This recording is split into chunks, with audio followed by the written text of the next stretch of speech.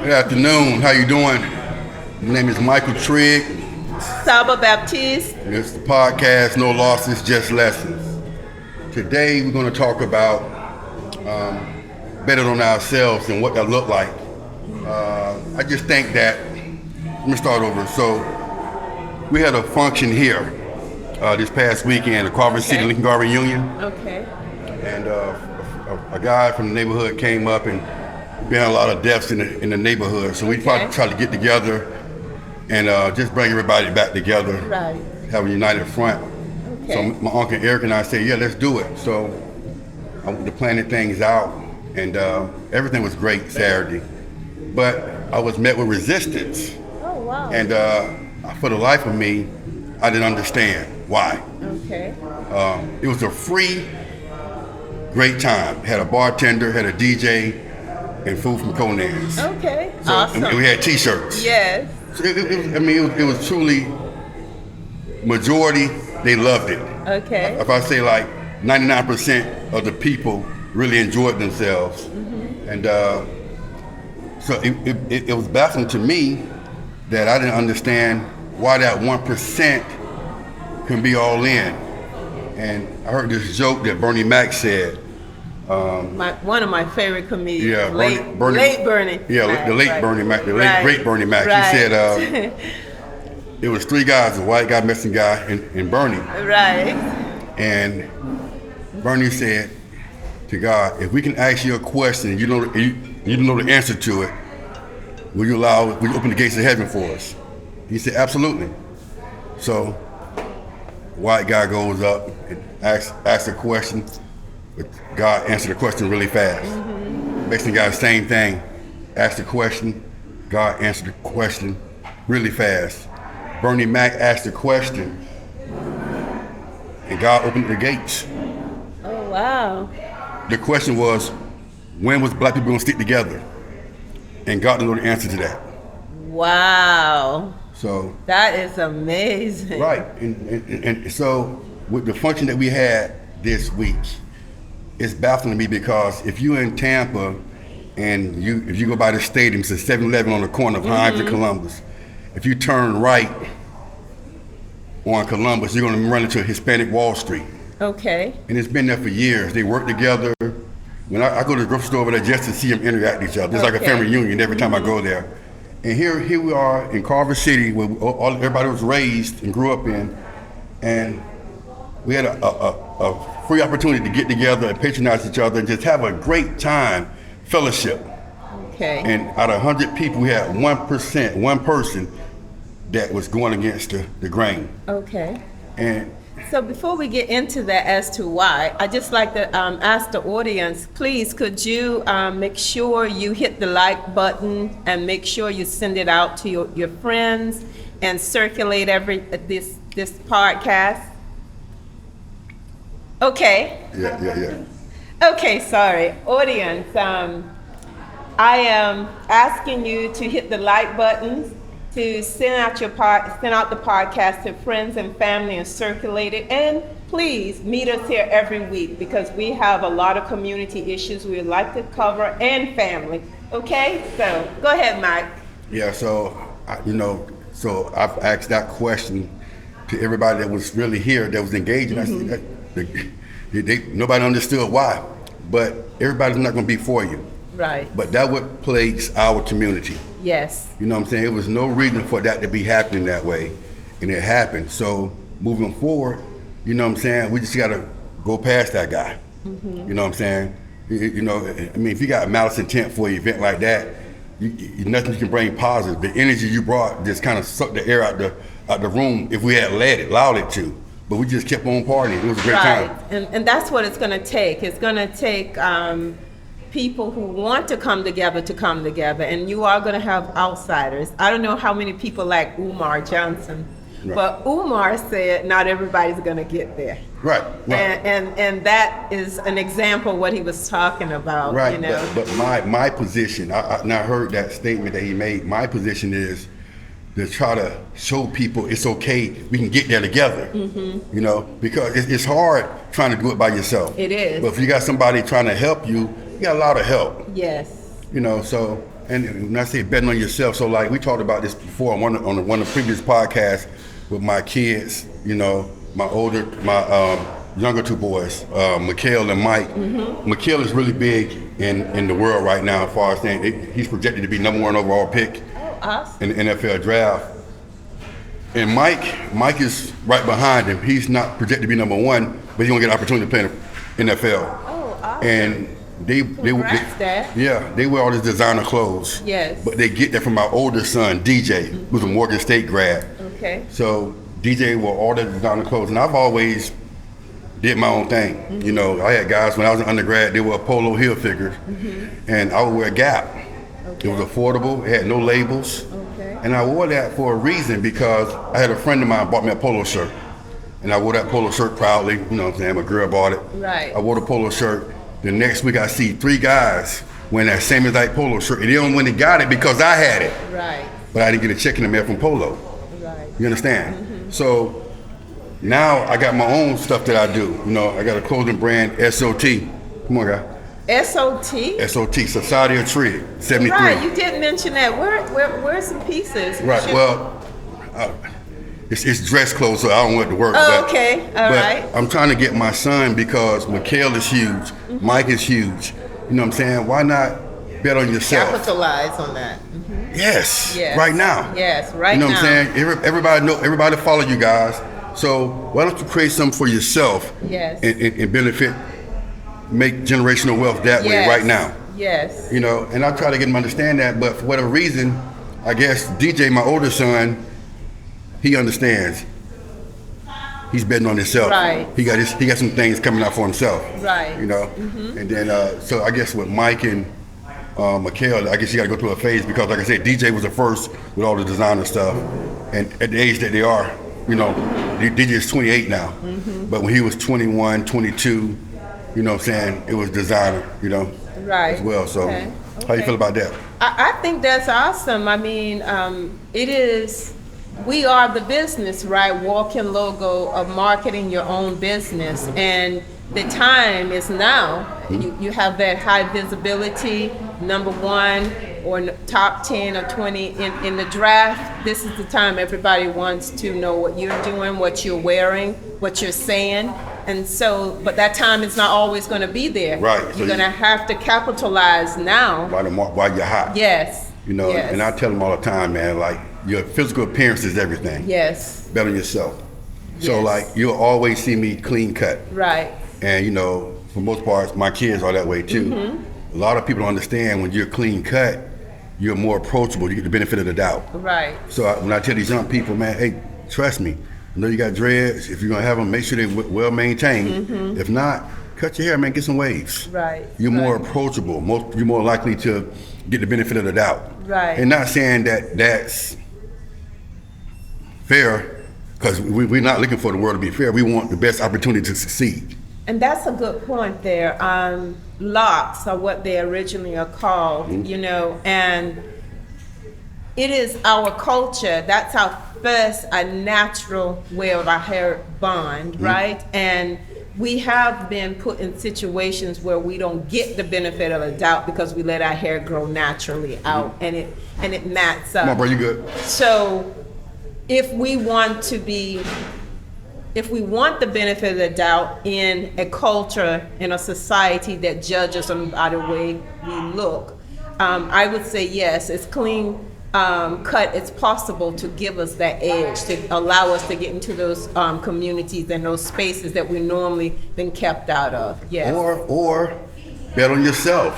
Right. Start your own business so you can come and go as you please. You can look how you Right. want to look. Right. But you got to realize when you do that, who's going to be clientele? You got to have a certain clientele that's going to be accepting of that. You know, so you got to understand. So you got to look at the whole dynamic of what Right. you're trying to accomplish. You know, so it's like I'm pretty sure if I had dreads and they were unkept and I was here, I wouldn't have the clientele base, the customer base that I have, to be honest with you. I know I got a hell of a product, but a lot of people can't get past that. And that's true. We tend to judge people just by their appearance. Right. And And when we are doing that, we have to ask ourselves deep down if the product is good, for instance, Conance BBQ food, if everything else is good and that person just have locks, then what's preventing me from patronizing that person based on his or her looks? Because in certain areas, you see that type of hairstyle everywhere. Yeah, it's prevalent. Yeah. Right. So, but the thing about it is, it wouldn't stop them. It would just prolong my success because they would eventually give me opportunity and say, damn.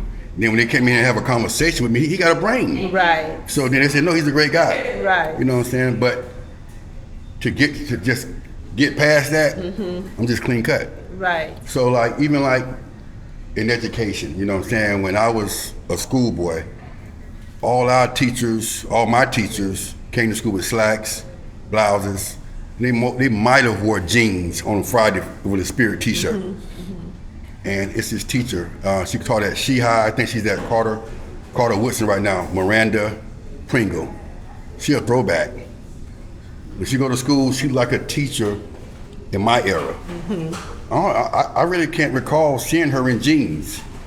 And I'm referencing her because you was talking about we got to find a good educator. We had a conversation the other day, right? Well, she's one of them. Not only is her content that she's teach, but her physical appearance. Right. The kids that we're trying to educate, they see women in tight jeans every day in the inner city. Right. They don't need to go to school and see that. That's true. You know, so like I remember Mike Sims, another guy I worked with at James Elementary. Mike would come in, you have polo, khaki, every day. Right. You know, Timberlands, Cohans, whatever. He's well dressed, tucked in with a belt. So when you got guys that model that behavior, I remember I was teaching at Robles, and I was serving time Monday through Thursday. And the guy told me, look here, I'm just sure you got on church clothes. And I said, no, this is how a man dressed in professional setting. Right. So when we had the banquet in the end of the year, guess what he came? He had a certain time. Look, Mr. Trigg. Yeah. You know, so I said, that's right. You know what I'm saying? So that kind of stuff has to be modeled. Right. You know what I'm saying? And so when we talked about, I said, Saba, if you go to any school, and we're talking about educators, you know, I'm talking about, when I say educators, I'm talking about looking the part and teaching great content. Right. We'll find few. Right.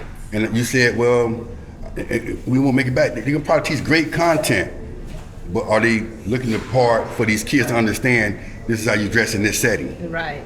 You know, so. So to your point, I think the conversation was great. But I must add that even though you said some of the teachers don't dress professionally, right. So let's look at the leadership. The policies haven't changed. The policies require them to look professional every day. Right. But if you have leadership that do not enforce that do not tell those teachers, and if the leadership is not modeling that type of professionalism, it's hard for the leaders to go in and say, Miss such and such, you are not dressing professionally and you're not giving the students a good representation. You rarely find that in today's. As a matter of fact, you also have education. If we're talking about education, we have teachers that put in very poor content out there for students. So there's a lot of things broken in that professional institution that is responsible for building educated students throughout society. Right. So we have a major problem from appearance to valuing every child in terms of the way that they teach. Yeah, I agree with that. But me and you were talking this week, so you know, so for the education component, as far as saying, yeah, the content may be there, but the physical appearance is not. You know, it's a distraction. You know, just think about you in 5th grade and you wearing tight jeans. You got those little boys. Right. You know what I'm saying? You know, it's a distraction more than a. You know what I'm saying? Yeah, you can't educate a student if all they're doing is thinking about your body parts. Right. Yeah, right. And because you have accentualized the whole visual process, taking them off of the content and putting them on your body. Right. So we do have that, and you see it everywhere in the school system, and it's coming from the professional side. Right. Yes. You know, so So how do you fix that? I don't know. Just like you said, they got to be fixed by leadership. Yes. But it's leadership modeling. Yes. That proper dress attire. Right. You know what I'm saying? So it's a lot that goes on. But at the end of the day, I want my children to better themselves. Right. That's the key. And if you do that, you put yourself in a great situation. And by betting on yourself, once again, give yourself the best opportunity to succeed. It's a game within a game. Yes. So don't say, well, I'm gonna do this because it's what I want to do. Yeah, okay, well, you can do it that way, but you'll be met with a little bit more resistance. Yes. Then if you're clean cut and you get the benefit of the doubt, now you're soaring right now. So what I think also is another barrier when we talk about how our kids or how we advance, you got to have skills, right? You got to, whatever you say you want to do, you got to know how to do it. I remember in education one day, I was doing a summer program, and I asked this young kid, what did he want to be? He said, I want to be a basketball player. But he never played basketball. Right. Because I asked, oh, how much you play basketball? He said, I don't play basketball. Right. But he said that that's what everybody wants to be. So he's going to give the right answer, say he want to play basketball, but he have never played basketball. Right. So we still got a lot of those students, and even some grow up to be adults like that. Right. So what you think about that? Well, that's the thing. So if a kid tell me, and I have a lot of kids, with the success of my children, they tell me they want to be a football player or basketball player. So I asked them, have you played football or basketball? Oh yeah, I did this, I did that. So I went to a school, my nephew at Ygrass. Okay. And I went out there to see him practice in the spring. And when I got in the car, I said, what's up, man? I'm Mike Trigg. Dude, oh yeah, I know your son, yeah. Before, guy told me, I said, what you play? He said, I play defensive back. I said, you good? You good? He said, yeah, I was all state last year. No, he said, no. I said, what you play? He said, I play defensive end. I said, okay, what kind of numbers you had last year? I had 25 sacks. I said, was you all state? He said, no, sir. I said, well, you had 25 sacks. I said, so look, you got to understand who you're talking to. I'm a football guy. I follow football in the state. You did not have 25 sacks. So if you did, you'd have been all state, you'd been all American. Right. So when guys, they say they want to do this, and you gotta, okay, do what it takes to do this now. Right. So when you say, okay, I'll tell you what, a lot of times I make my own schedule. Let's work out. And I put them through a workout out of this world now. I had 3 guys from Middleton worked out with me. They couldn't get through it. They couldn't get through it? No, but they say they want to be Division I athletes. I said, bro, I'm 50. I'm 48 right now. And this is what you got to do. You know what I'm saying? If you can't get through this workout right now, we haven't even went outside and ran in the sun. We're in the gym.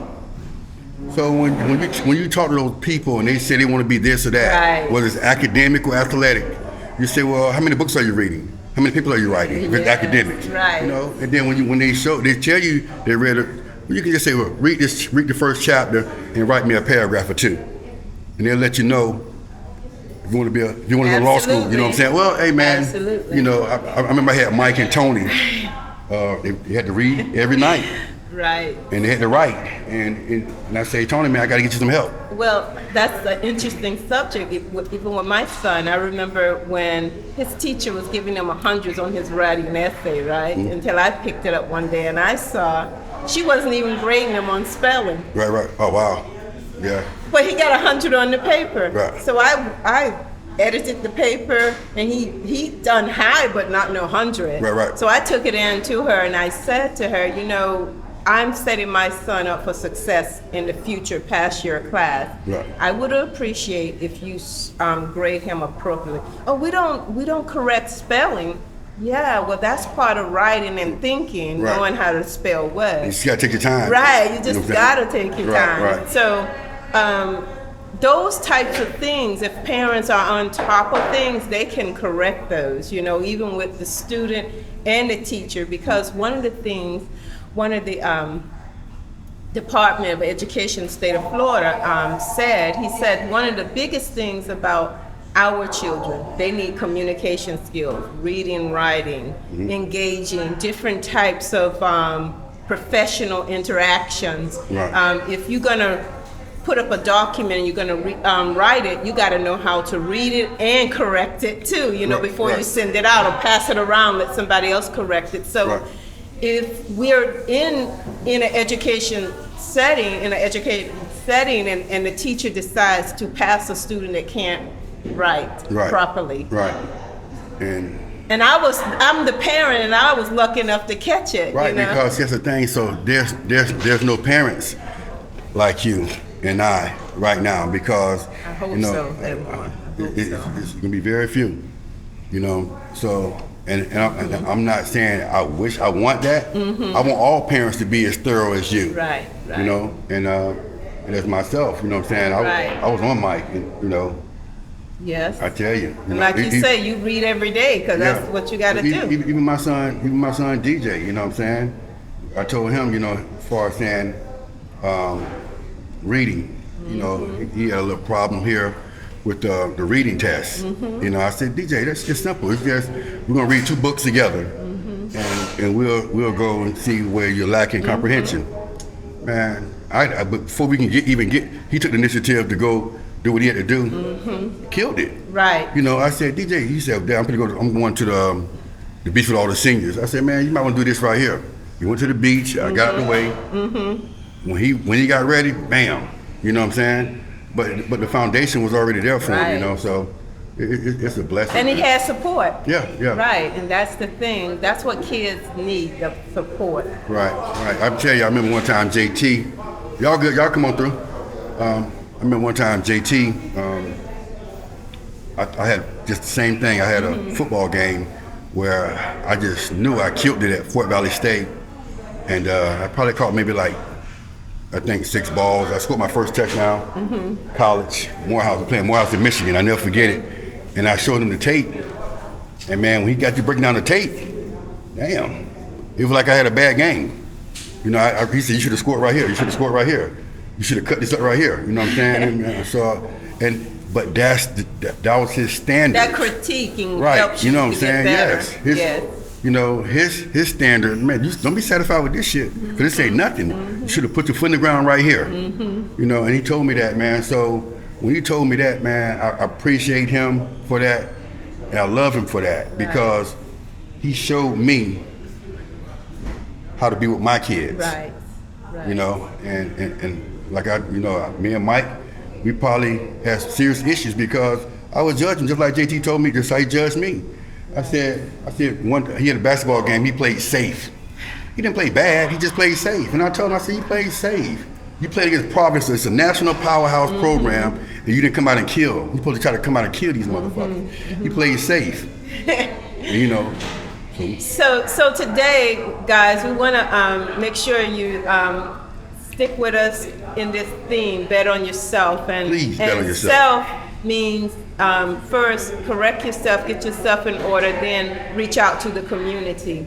And Mike was sharing about his little block party he just had, and one of the big problems is that we still have a unity issue. We still don't work together, and that's when we're educating our kids, when we're identifying our kids in sports and trying to improve them and our overall lifestyle. So bet on yourself and also bring the community with you if there's a unification. Go ahead, Mike. And if your physical appearance is what you want it to be, and you're met with resistance, that's even more reason for you to go out and start your own stuff. Right. I'm not telling you if you choose to be who you are, that's fine. But just be prepared to have a little resistance. Yes. Now, you can go through that, or you can start your own. Bet on yourself. You know, I got several friends. I got Ann Hall, we got a clothing line, painting, played at Stillman College up in Atlanta, and then Torrance, the real dad. You know, got some good clothing line for fathers. You know what I'm saying? Imagine that, for fathers. Something that this dude came up, created just for fathers. He should be sold out right now. I'm just being honest with you. He should have an empty inventory. He should be stocked. He should be ordering stuff right now, because he made it in mind just for us. And it's not a racial outfit, it's for all fathers, you know? Right. So I mean, when you see that, man, I'm grabbing a lot for gifts for this upcoming holiday season. But yeah, man, so he betted on himself. You know, he's a barber. He always bet on himself. Right. He worked for himself. Right. So that's a good segue into how do you get your young kids to think like that, though, to bet on themselves. Even if they're clean cut, they still need to have a second investment. They still need to have a second way of earning money. How do we get our kids to think like that? Because we do know that even in good economy, our population is the most unemployed, even when things are good. Right. So how do we get our kids there? So that behavior has to be modeled. And if it's modeled, it don't even have to be discussed. If it's modeled, kids are visual learners. They will do what they see you do. Okay. Excuse me. And like my father, he saves money like my grandmother. And you know, my dad accumulated a lot of stuff, man. He got a lot of properties, a lot of money in the bank. Played in the pros, but he benefited more, you know, he played in the pros in the early 80s, you know. But his business mind, still take him that right, you know what I'm saying? Where he wants to go. And he saves money like no other, man. And so I don't save money like that.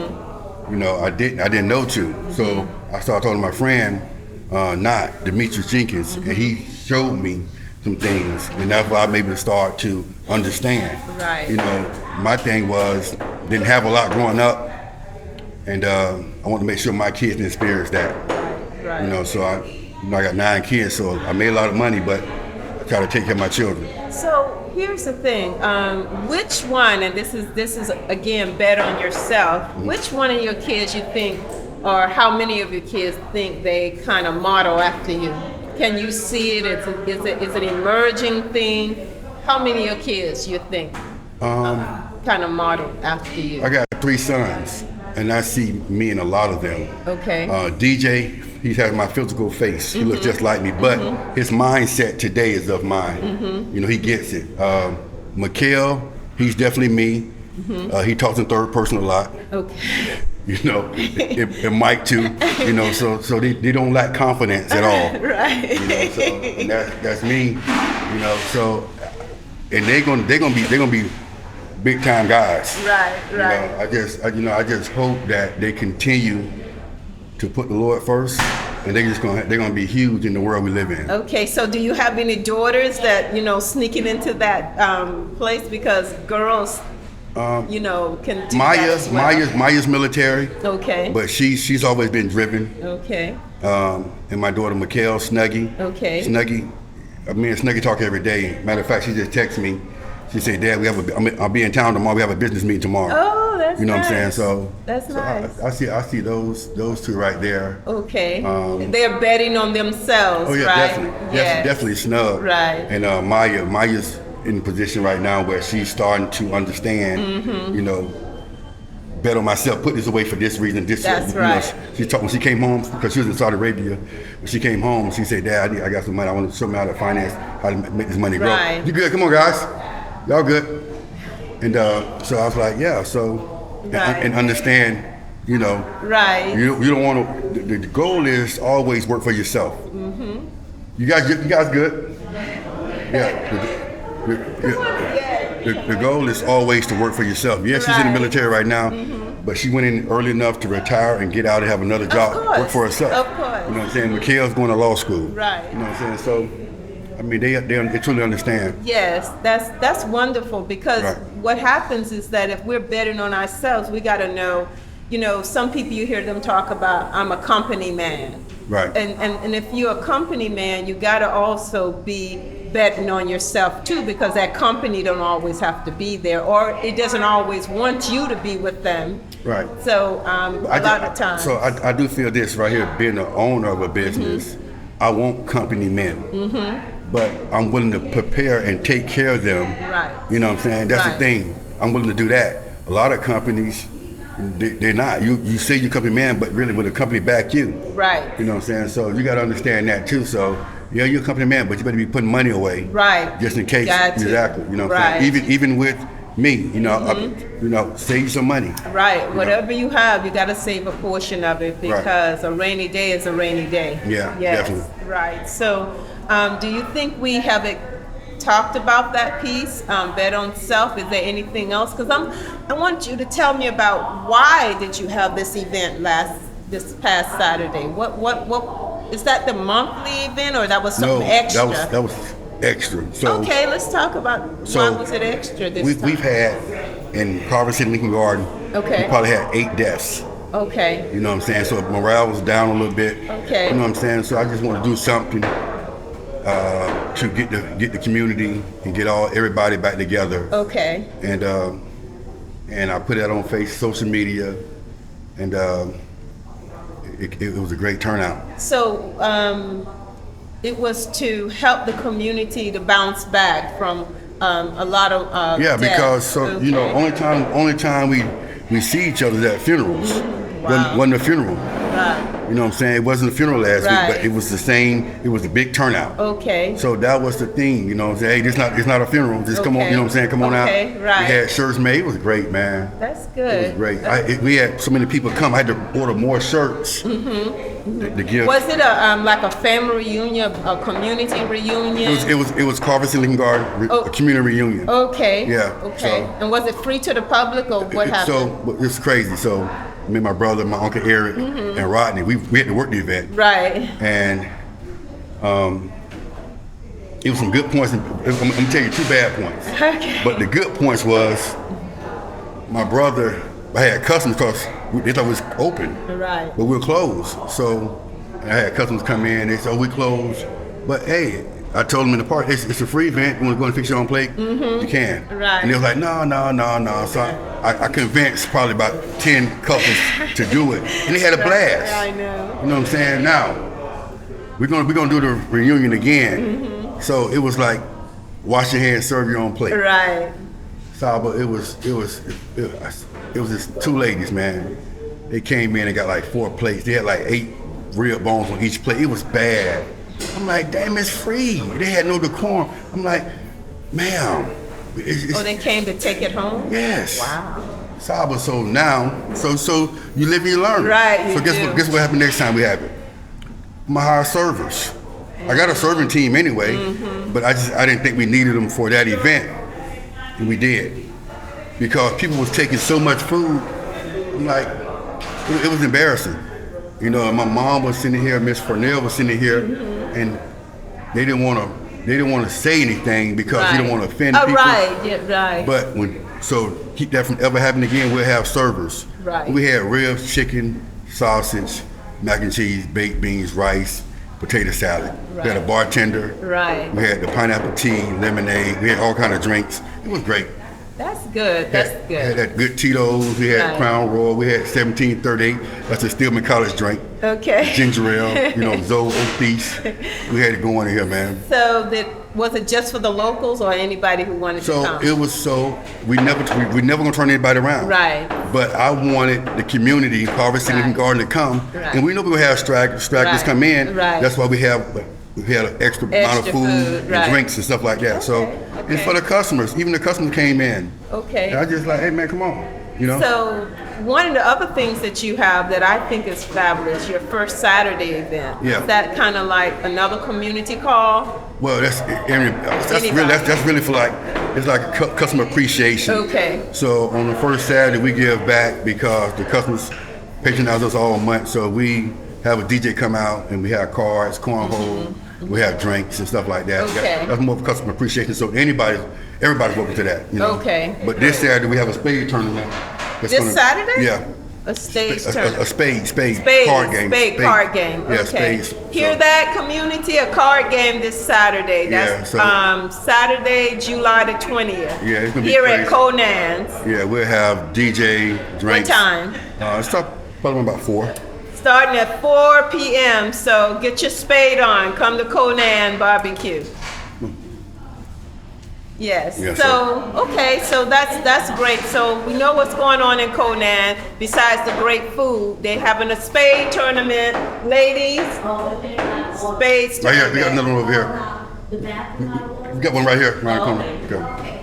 So we're about to wrap it up now. We just wanted to make sure that you know that this Saturday is a spade tournament here at Conance at 4 p.m. on. So please, if you don't have anything to do, come by July the 20th, 2024 at 4 p.m. And also, to wrap it up, we just want to say, bet on yourself, whether it's in a business, with another company, but find a way to do something for yourself, because that's going to be your lifeline for the future. Okay, Mike. And betting on yourself, I'm just piggyback off Saba, it's not necessarily in the workforce. Bet on yourself as a student. You know what I'm saying? Put your best foot forward to get the Right. best grades. Try to retain that information Right. that you're studying. Betting on yourself, your physical appearance. Give Yes. yourself every opportunity to have the smoothest transition to whatever you want to be. I like that. I Right. like that a lot. Right. Yes. So thank you, Tampa Bay. I'm Saba Baptiste, and this is Michael Trigg, yo. Take Care. Until next week.